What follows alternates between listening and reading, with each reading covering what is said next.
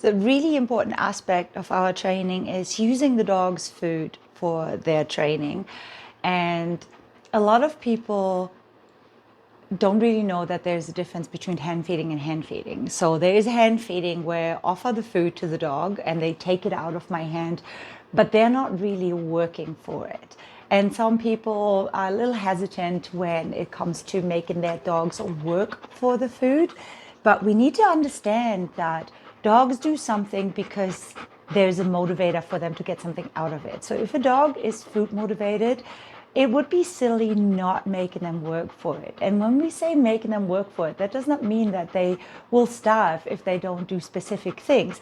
It means that we will use their food in a way that they will have fun doing the things that we would like them to do. And if they're not quite ready to do the things that we would like to see, so this girl, for example, really struggles to go down into a down.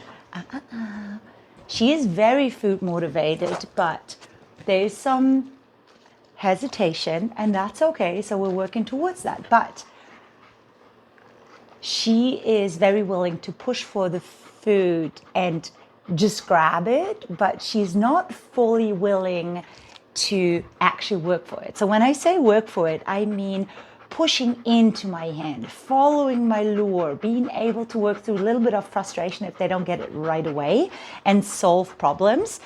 She is willing to be pushy, but not to solve problems. And so we're working on that. The way we were working on that is one thing, as you might see, that we're working on is being more respectful of space. So I work a lot with a closed hand, open hand concept, which helps her to regulate her emotions a little.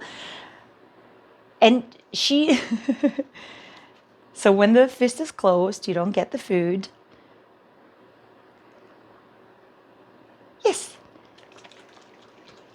And I double mark here at the moment because I'm still conditioning her to what yes means as well. And you can see that she's not really willing to work for the food in my hand if there's more food somewhere else. She says, nah, just give me the whole bowl. I don't need to work for it. Yes.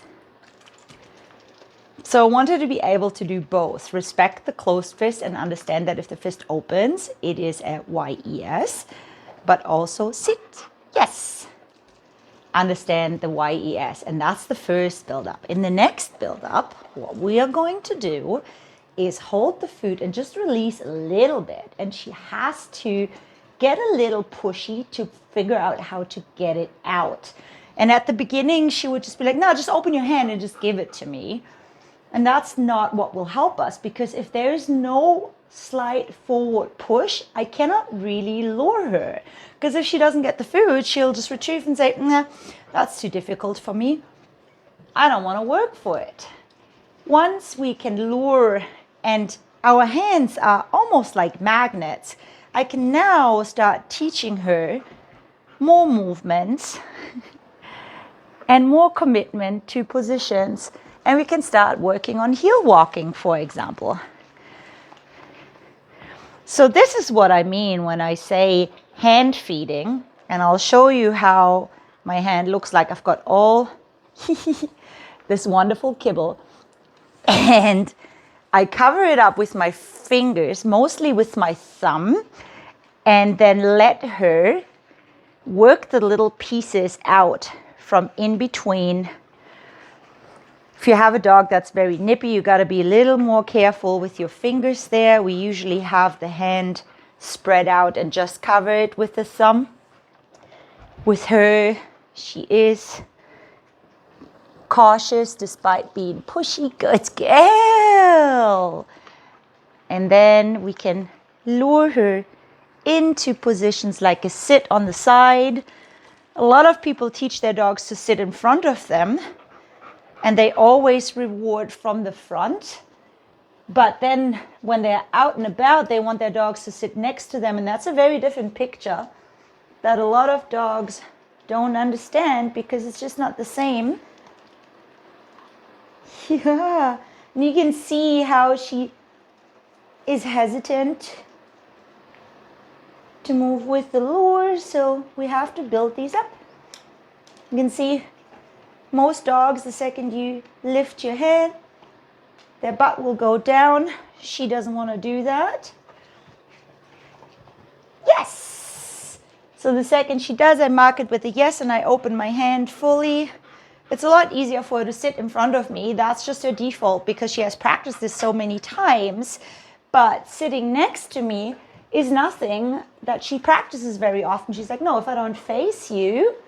You can see how she constantly tries to get ahead of me and get in front of me because that's what she thinks, yes, is where the food will be released. So this is where a lot of people have difficulties if they always teach their dog to sit in front of them, but then when they're out and about, as I said, they want their dog to sit next to them and then they get upset if the dog doesn't do it. But yes, very different thing.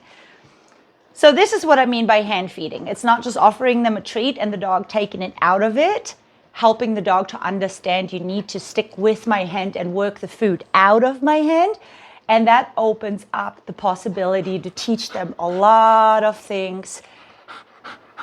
And you can see how she's panting. It's also a great activity for them to use their mind, to use their body. Usually she goes through her food in half a minute. I can fill this entire Ziploc bag just for one meal. She gets 2 and I can keep her busy for half an hour with that. And at the same time, she's learning a bunch of things. Good girl. Well, you take it. So, that's on hand feeding and luring. You nugget. Get out of the camera.